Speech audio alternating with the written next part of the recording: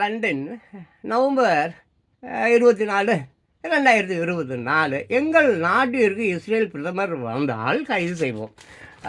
Okay. England, France, Italy நாடுகள் அறிவிப்பு. எங்கள் நாட்டுக்கு வந்தால் இஸ்ரேல் பிரதமரை கைது செய்வோம். பெஞ்சமின் நேட்டன்யாகு அவர் தான் இப்போத்திய இஸ்ரேல் பிரதமர், ரைட்? ஓகே, சரி. உலகில் இன்று இந்த தினம் 99% மக்களுக்கு யூதர்கள்னா யாருன்னு தெரியாது, அவர்கள் இருக்கிறார்களா என்பதும் தெரியாது. முதல் ஒரு மதம், அது எந்த மதம் அப்படின்னா யூதர் மதம் தான். யூதர்கள் இயேசுநாதரை கொன்றதை விட, ஏன்னா இயேசுநாதரும் ஒரு யூதர் தான், அவரை கொன்றதை விட பெருசாக வேற எந்த ஒரு தப்பும் யூதர்கள் செய்யவில்லை. துரத்தப்பட்டார்கள், நாடு கடத்தப்பட்டார்கள். தனி நாடு கிடைக்கிற வரைக்கும் இல்லை, இன்ன வரைக்கும் அவங்க பாதிக்கப்பட்டு தான் இருக்காங்க. வலைகள் மிகச்சிறந்த அறிவாளி யாருன்னா அது யூதம் தான். இன்னைக்கு அவங்கள பற்றி பேசுவோம். போரில் 44,000 பேர் பலி. ஓகே, ஸோ இங்கே பாருங்க, இஸ்ரேல் பாலஸ்தீனம் இடையே நீண்ட நெடுங்காலமாக மோதல் போக்கு நீடித்து வரும் நிலையில் பாலஸ்தீனத்தின் காசா நகரை சேர்ந்த ஹமாஸ் அமைப்பினர் கடந்த ஆண்டு அக்டோபர் மாதம் 7ஆம் தேதி இஸ்ரேல் நாட்டின் மீது திடீர் தாக்குதல் நடத்தினர். இதில் சுமார் 1200 பேர் கொன்று குவிக்கப்பட்டனர். இதனால் வெகுண்டெழுந்த இஸ்ரேல் உடனடியாக காசா மீது போரை தொடங்கியது. இந்த போர் ஓராண்டை கடந்த பிறகு நீண்டு வருகிறது. தரை, கடல், வான் என மும்முனைகளில் இருந்தும் காசா மீது இஸ்ரேல் நடத்தி வரும் மூர்க்கத்தனமான தாக்குதல்களில் அங்கு இதுவரை 44,000க்கும் அதிகமானோர் பலியாகி உள்ளனர். ஸோ நம்ம இன்னைக்கு இந்த பற்றி தான் நம்ம பேச போகிறோம். சில விஷயங்கள் என்னுடைய சொந்த கருத்தாக இருக்கும், அது நீங்கள் பார்த்துங்க. யூதர்கள் வரலாறு, the real history of Jews. Abraham வம்சம், தோரா வேதம், பாபிலோனுக்கு வருதல்.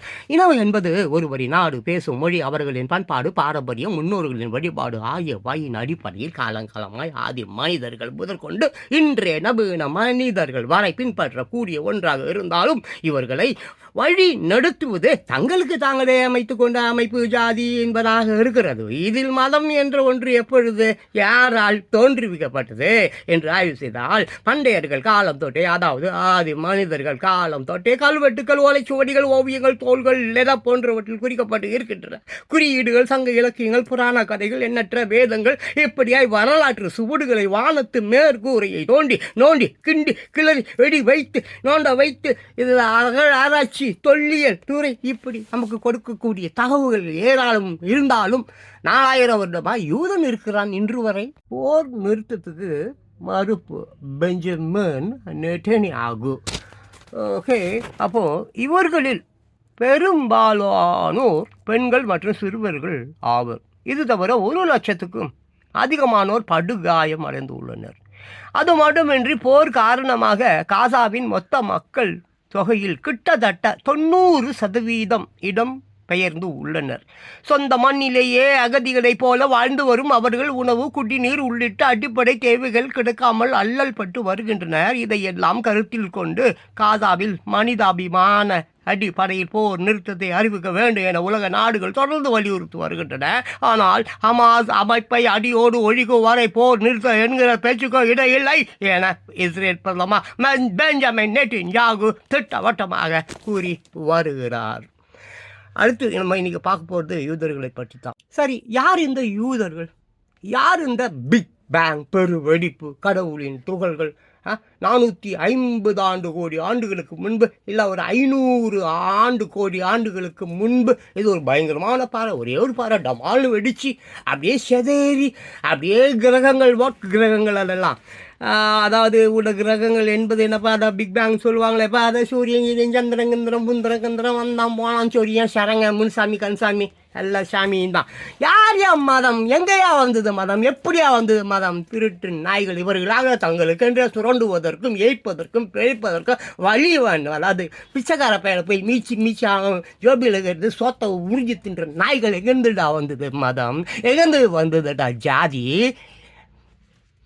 அழிய போறீங்களா அறிவு காட்டவன் ஐம்பூதங்களும் சேர்ந்து இப்போ முடிய போகுது கதையை இந்த வருடம் முடிக்கணும்.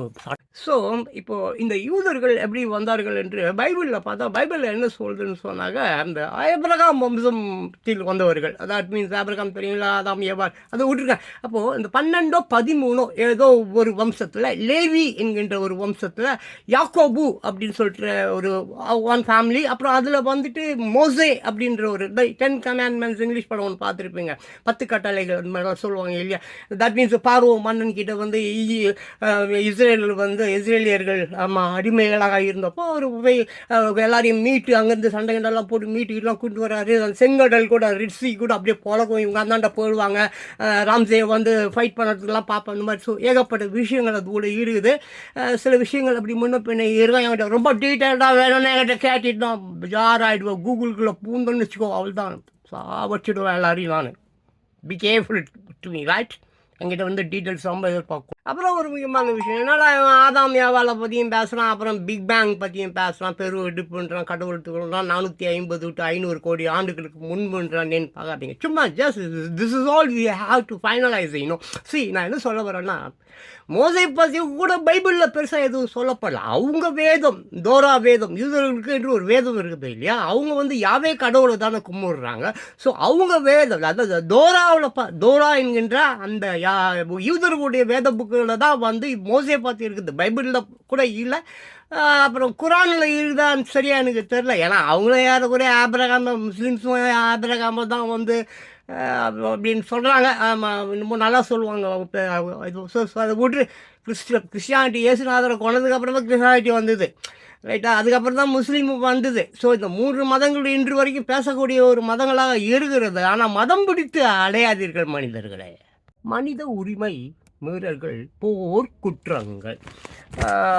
இந்த நிலையில் காசாவில் நடந்து வரும் போரில் மனித உரிமைகள் மீறப்படுவதாகவும் பல்வேறு போர்க்குற்றங்கள் நிகழ்த்தப்படுவதாகவும் கூறி நெதர்லாந்தில் உள்ள சர்வதேச கோர்ட்டில் வழக்கு தொடரப்பட்டது. இந்த வழக்கை விசாரித்த நீதிபதிகள் இஸ்ரேல் பிரதமர் பெஞ்சமின் நேட்டன்யாகு மற்றும் அந்த நாட்டின் முன்னாள் இராணுவ மந்திரி கேலண்ட் ஆகியோருக்கு கைது வாரண்ட் பிறப்பித்து உத்தரவிட்டார். இதை திட்டவட்டமாக நிராகரித்த பெஞ்சமின் நேட்டன்யாகு தன் மீதான குற்றச்சாட்டுகளும் அதற்காக சர்வதேச கோர்ட் விதித்துள்ள பெடு வாரண்ட்டும் யூத வெறுப்பின் விளைவு என்று சாடினார்.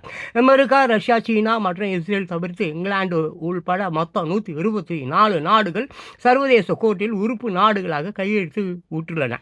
எனவே சட்ட ரீதியாக நேட்டன்யாகு மற்றும் கேலண்ட் அந்த 124 நாடுகளுக்கு பயணம் மேற்கொண்டால் அவர்கள் கைது செய்யப்பட்டு கோர்ட்டில் ஒப்படைக்கப்பட வேண்டும்.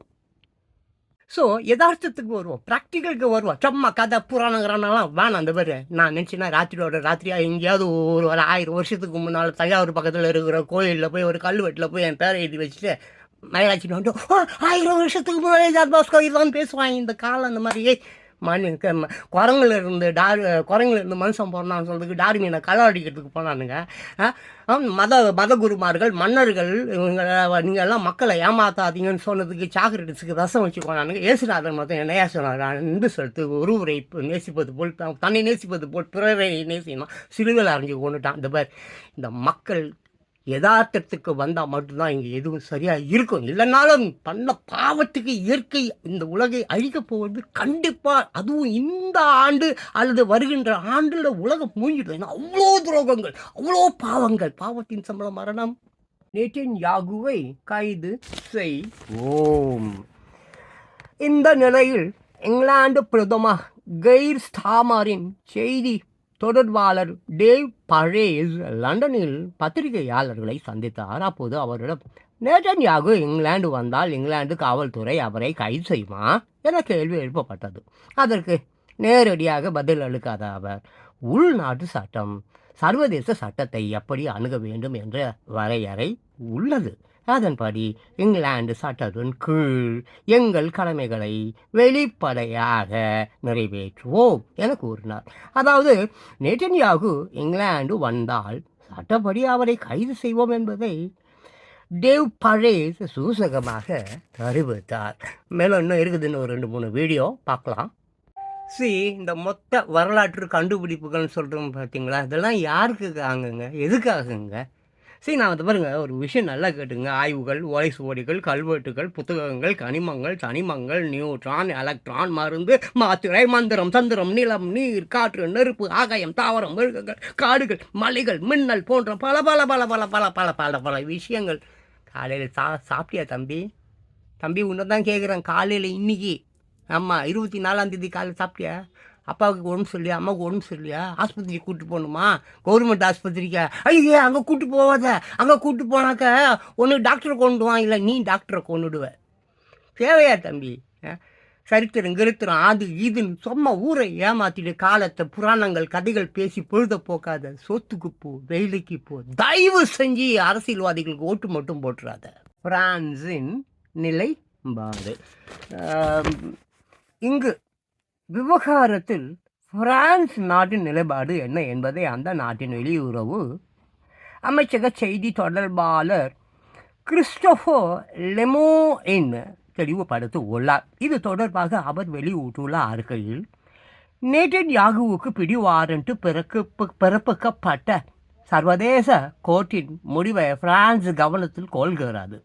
சர்வதேச நீதியை ஆதரிப்பதில் அதன் நீண்டகால உறுதிப்பாட்டிற்கு உண்மையாக ரோம் சட்டத்தின்படி நீதிமன்றத்தின் சுதந்திரமான பணிக்கான அதன் இணைப்பை மீண்டும் வலியுறுத்துகிறது. எனவே சர்வதேச சட்டத்துக்கு இணங்க எங்கள் கடமையை செய்வோம் என குறிப்பிட்டு உள்ளார். அடுத்த ஒரு வீடியோ. இத்தாலி அரசு உறுதி.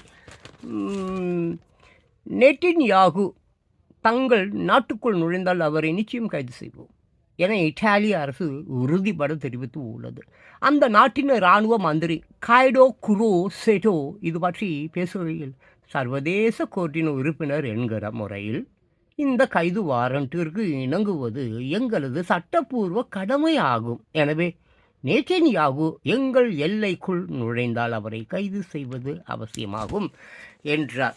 ஸோ மாடியர் போர்வல் வியூவர்ஸ், இப்போ நம்ம வந்து நேட்டன்யாகுவை பற்றி பார்த்தோம். இஸ்ரேல் பிரதமர் அவரே ஒரு 124 நாடுகள் அவருக்கு அவங்க நாடு கூட போனால் பிடிச்சிடுவாங்க. மொத்தம் 195 நாடுகள். சில நாடுகள் அவருக்கு ஆதரவு காட்டுவாங்க. ஸோ எனவே இன்னொரு முக்கியமான விஷயம், நம்ம நாட்டுக்குள்ளார வருவோமா? டைம் ஆச்சு. எங்கள் ஊர் போல் வருமா? ஒருத்தர் பண்ணாருங்க. எங்கே போனாருன்னு தெரியாது. எம்ஜிஆர் ஆகணும்னு பாருங்க.